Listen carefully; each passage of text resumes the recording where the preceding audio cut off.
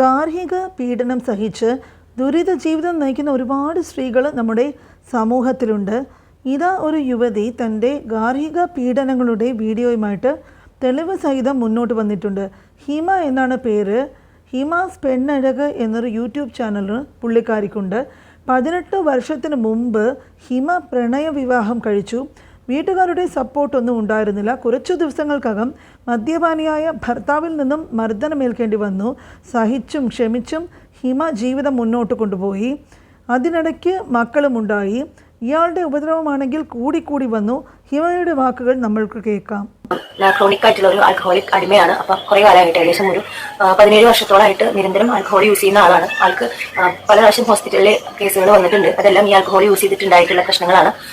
പരമാവധി നമ്മൾ പോകാൻ ഒരു സ്ഥലം ഇല്ലാത്തതുകൊണ്ടും പ്രണയ വിവാഹം ആയതുകൊണ്ടും വീട്ടുകാരെ എതിർത്ത് ഇറങ്ങി വന്നതുകൊണ്ടും വീട്ടിലെ സാഹചര്യങ്ങളുകൊണ്ടും നമുക്ക് ഒരു പ്രശ്നം ഉണ്ടാകുമ്പോൾ തിരിച്ച് വീട്ടിലേക്ക് പോകാൻ പറ്റാതെ അല്ലെങ്കിൽ അങ്ങനെ അവർക്ക് നമ്മളെ ഒരു ബാധ്യതയാവും. വീട്ടിലുള്ളവർക്ക് തിരിച്ച് നമ്മൾ മക്കളുമായിട്ട് കയറി ചെന്ന് കഴിഞ്ഞാൽ അവരൊരു ബാധ്യതയാവുമെന്ന് നമുക്ക് അറിയണ കാരണം കൊണ്ടും നമ്മൾ പരമാവധി അഡ്ജസ്റ്റ് ചെയ്തിട്ടും മക്കളുടെ ഭാവി ഓർത്തിട്ടും നമ്മളൊരു ദിവസം വീട്ടിൽ നിന്ന് ഇറങ്ങി പോയി കഴിഞ്ഞാൽ നമുക്ക് വാടകയ്ക്ക് വീട് എടുക്കണം, വരുമാനം വേണം, അതിൻ്റെതായ രീതിയിൽ ജീവിക്കാനുള്ള ബുദ്ധിമുട്ടുകളോടും നമ്മൾ പരമാവധി ഈ ഒരു സ്റ്റേജ് വരെ സഹിച്ച് പിടിച്ച് നിന്നു. പല പ്രണയ വിവാഹങ്ങൾ കഴിഞ്ഞും ആ ബന്ധത്തിൽ പ്രശ്നങ്ങൾ ഉണ്ടാകുന്നു. ഇതുപോലെ പല പെൺകുട്ടികളും അനുഭവിക്കുന്ന പ്രശ്നങ്ങൾ തന്നെയാണ് വീട്ടുകാരെ പിണക്കി നടക്കുന്ന കല്യാണങ്ങൾ. അതുകൊണ്ട് പ്രശ്നങ്ങൾ വരുമ്പോൾ തന്നെ തിരിച്ച് മാതാപിതാക്കളെ ആശ്രയിക്കാൻ ഇവർക്ക് കഴിയുന്നില്ല. അവർ അടുപ്പിക്കാറുമില്ല. ഇതൊക്കെ മാറാനുള്ള സമയം അന്നേ കഴിഞ്ഞു. വീട്ടുകാർ നടത്തുന്ന വിവാഹങ്ങളിലും ധാരാളം പ്രശ്നങ്ങൾ ഉണ്ടാകാറുണ്ട്. പക്ഷേ മക്കൾ സ്നേഹിച്ച് വിവാഹം കഴിച്ചു ഏതെങ്കിലും പ്രശ്നങ്ങൾ ഉണ്ടായാൽ അവർ സ്വയം അനുഭവിക്കണം. ഭർത്താവിൻ്റെ വീട്ടിൽ പ്രശ്നങ്ങൾ ഉണ്ടായാൽ തന്നെ സാധാരണ അമ്മമാർ എപ്പോഴും പറയുന്ന കുറച്ച് വാക്കുകളുണ്ട്. അങ്ങനെയൊക്കെ ഉണ്ടാകും. പെണ്ണുങ്ങളായാൽ കുറച്ച് സഹിച്ചും ക്ഷമിച്ചുമൊക്കെ മുന്നോട്ട് പോകണം എന്ന്. അഡ്ജസ്റ്റ് ചെയ്യാനാണ് എപ്പോഴും അവർക്ക് കിട്ടുന്ന ഉപദേശം. അപ്പോൾ ഭർത്താവ് ഉപദ്രവിച്ച് ഇറങ്ങിപ്പോയാൽ പെരുവഴിയിലാകുമെന്നും മക്കളെ ഓർത്തു പിടിച്ചു നിൽക്കാനും എത്ര കാലം കഴിയും? പഠിപ്പ് നോക്കി ഒന്നും ചെയ്യൂല, എണ്ണ മതിവെച്ചിട്ട് വളരെ ബുദ്ധിമുട്ട് ഉപദ്രവം ഉണ്ടാക്കുകയും ചെയ്യുക. മറ്റുള്ള ആളുകളോട് കളത്തരം പറഞ്ഞ സുഖമാണ് അങ്ങനെയെന്ന് കളത്തരം പറഞ്ഞ് പണം തരം വാങ്ങിയിട്ട് അങ്ങനെ മദ്യപിച്ചിട്ടാണ് ഇങ്ങനെ. ആൾക്ക് മദ്യപിക്കാൻ ജോലിക്ക് പോണില്ലെങ്കിൽ അങ്ങനെയാണ് ആള് പൈസ ഉണ്ടാക്കുന്നത്. വാവുക്കുട്ടൻ മരിച്ച സമയത്ത് ഞാൻ ആള് ഫോണ് യാദൃശ്ചികമായിട്ട് എന്റെ കയ്യിൽ കിട്ടി. ആ ഫോണില് അവര് 10ാം ക്ലാസ്സിൽ പഠിച്ചിരുന്ന ഗ്രൂപ്പിന്റെ ഉള്ളിൽ ഒരു വോയിസ് ഇട്ടിട്ട് എല്ലാവരും കൂടി ആക്രമിക്കുന്ന ഒരു സംഭവം കണ്ടു. എന്താന്ന് വെച്ചാൽ ആ ഗ്രൂപ്പിന്റെ അകത്ത് വാവുക്കുട്ടിന് വയ്യാണ്ട് കേൾക്കുമ്പോൾ എന്റെ കുട്ടിക്ക് സുഖമില്ല എന്ന് പറഞ്ഞ് അവരെ ഇട്ടു. അത് പൂച്ചയാണ്, വാവുക്കുട്ടൻ പൂച്ചയാണ്. ഈ വാവുക്കുട്ടൻ എന്ന് പറയുന്ന പൂച്ചേനെ ഞാൻ വാങ്ങിയതാണ്. ആ പൂച്ചയുടെ മരണം വരെ അസുഖം ഉണ്ടായപ്പോഴും ഭക്ഷണത്തിനും മറ്റേ ഹോസ്പിറ്റൽ കേസ് എല്ലാ കാര്യങ്ങൾക്കും ഒരാളിൽ നിന്നും ഞാൻ പൈസ സ്വീകരിക്കാണ്ട് ഞാനാണ് വാവുക്കുട്ടന്റെ സകല കാര്യങ്ങളും നോക്കിയിട്ടുള്ളത്. ഈ പറയുന്ന കുട്ടികളുടെ അച്ഛനോ അല്ലെങ്കിൽ ഒരാളിൽ നിന്നും ഒരു രൂപ പോലും വാങ്ങാണ്ട് ഞാൻ ഒറ്റയ്ക്കാണ് വാവുക്കുട്ടന്റെ സകല ചെലവുകളും നടത്തിയിട്ടുള്ളത്. അപ്പോൾ ഇങ്ങനെ ഒരു ഗ്രൂപ്പില് അതും വാവുക്കുട്ടനോ പൂച്ചാന്നോ ഒന്നും പറയാണ്ട്, വീട്ടിൽ വളർത്തുന്ന പൂച്ചാന്നൊന്നും പറയാണ്ട് എന്റെ കുട്ടിക്ക് സുഖമില്ല, ഹോസ്പിറ്റലൈസ്ഡ് ആണെന്നും പറഞ്ഞ് ഗ്രൂപ്പില് ഒരു വോയിസ് കൊണ്ട് ഇട്ടിട്ട് ആ ഗ്രൂപ്പിലുള്ള ആളുകൾ പൈസ അയച്ചു കൊടുത്തു. ഗൂഗിൾ പേ വഴി ആ പൈസ അയച്ചു കൊടുത്ത് ആ കാശ് കൊണ്ട് മദ്യപിച്ചു. ഇതെല്ലാം വാവുക്കുട്ടൻ മരിച്ചതിന് ശേഷമാണ് ഞാനിതൊക്കെ കാണുന്നത്.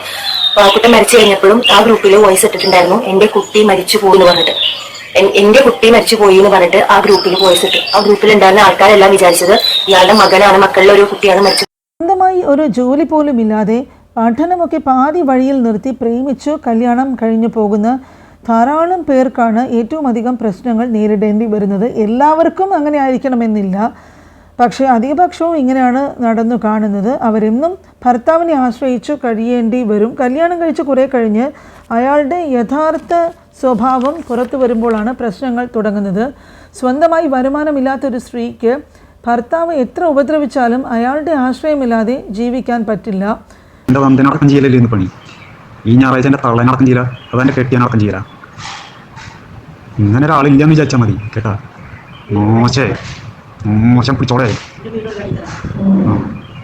ഇനി മുതൽ ഞാൻ അവിടെ വരുമ്പോൾ അവിടെ ഇനി ഒരാളുണ്ടാകരുത്. എവിടെച്ചാൽ പോയി ജീവിച്ചോ, എൻ്റെ വീട് ഒഴിവാക്കി തന്നോളെ.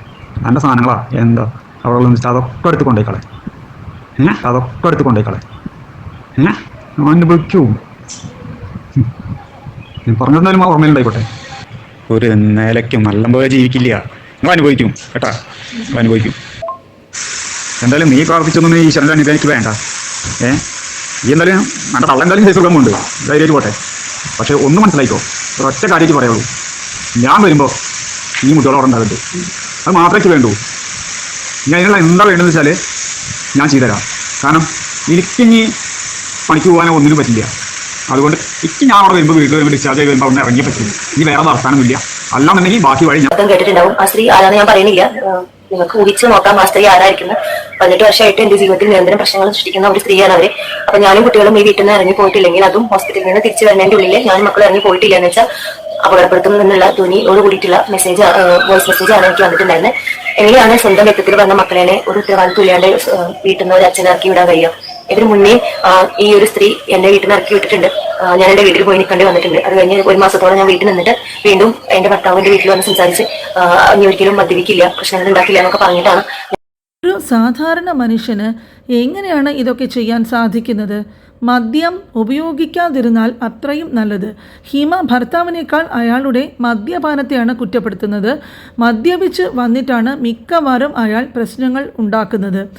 എന്തായാലും ദാമ്പത്യത്തിൽ പ്രധാന പ്രശ്നം അമ്മായിയമ്മ ആകാനാണ് സാധ്യത. അമ്മായിയമ്മയെ പ്രീതിപ്പെടുത്താൻ ഭാര്യയെ തല്ലുന്ന ഭർത്താക്കന്മാർ ഇപ്പോഴുമുണ്ട്. ഹിമയുടെ ഈ അനുഭവം ഒരുപാട് കാര്യങ്ങൾ നമ്മളെ പഠിപ്പിക്കുന്നുണ്ട്. ഇവിടെ ഹിമയുടെ മാതാപിതാക്കൾ കൃത്യമായി ഇടപെട്ടിരുന്നുവെങ്കിൽ പ്രശ്നങ്ങൾ ഇത്രയ്ക്കും വഷളാകില്ലായിരുന്നു. കുട്ടികളെയും കൊണ്ട് വീട്ടിലോട്ട് പോയി ഉള്ളത് കൊണ്ട് ജീവിക്കാമെന്ന് അവർ പറഞ്ഞിരുന്നുവെങ്കിൽ എന്നെ ഹിമയ്ക്ക് ഈ ജീവിതം അവസാനിപ്പിച്ചിട്ട് പുതിയ ഒരു നല്ല ജീവിതം തുടങ്ങാമായിരുന്നു. ഇത്രയും പറഞ്ഞുകൊണ്ട് ഹിമയുടെ ജീവിതം എല്ലാവർക്കും ഒരു പാഠമാകട്ടെ, ഒരു അനുഭവമാകട്ടെ എന്ന് പറഞ്ഞുകൊണ്ട് ഈ വീഡിയോ ഇവിടെ പൂർണ്ണമാകുന്നു.